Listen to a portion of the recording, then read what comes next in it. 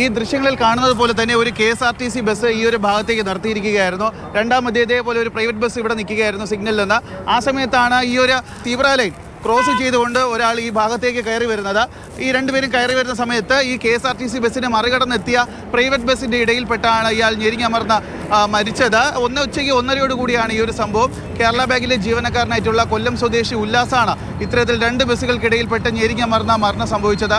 കിഴക്കേക്കോട്ട തിരുവനന്തപുരം നഗരത്തിലെ ഏറ്റവും ജനത്തിരക്കുള്ള KSRTC bus സ്റ്റാൻഡുകളിൽ ഒന്നാണ് ഇത്.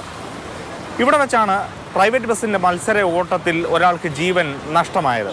അതിനുശേഷം നിയമങ്ങൾ കൂടുതൽ കടുപ്പിക്കുമെന്നും കർശന നടപടി ഉണ്ടാകുമെന്നും പോലീസും മോട്ടോർ വാഹന വകുപ്പും ഒക്കെ പറഞ്ഞിരുന്നു. പക്ഷേ എന്തുണ്ടായി?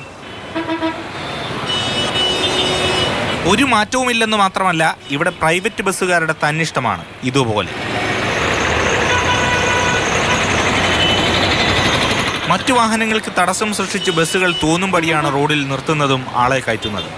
KSRTC ബസ്സുകളെ തടസ്സപ്പെടുത്തി പ്രൈവറ്റുകാർ ബസ്സുകൾ നിരത്തിയിടുന്നതും സ്ഥിരം കാഴ്ച.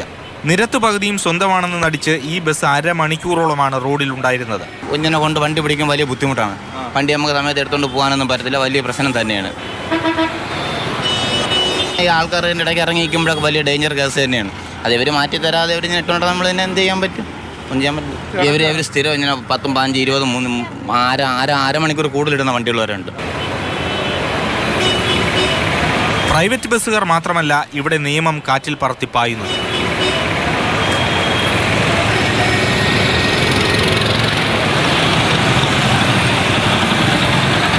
കിഴക്കേക്കോട്ടയിൽ ഈ കാണുന്ന ബസ്സുകൾക്കെല്ലാം തൊട്ടു പിന്നിൽ ഒരു വളവ് തിരിഞ്ഞാൽ മോട്ടോർ വാഹന വകുപ്പിൻ്റെ എൻഫോഴ്സ്മെന്റ് ഓഫീസായി. കൺമുന്നിലാണ് നിയമലംഘനം, എന്നിട്ടും നടപടിയില്ല. നല്ല മുരുകനൊപ്പം AK സ്റ്റെഫിൻ, മാതൃഭൂമി ന്യൂസ്, തിരുവനന്തപുരം.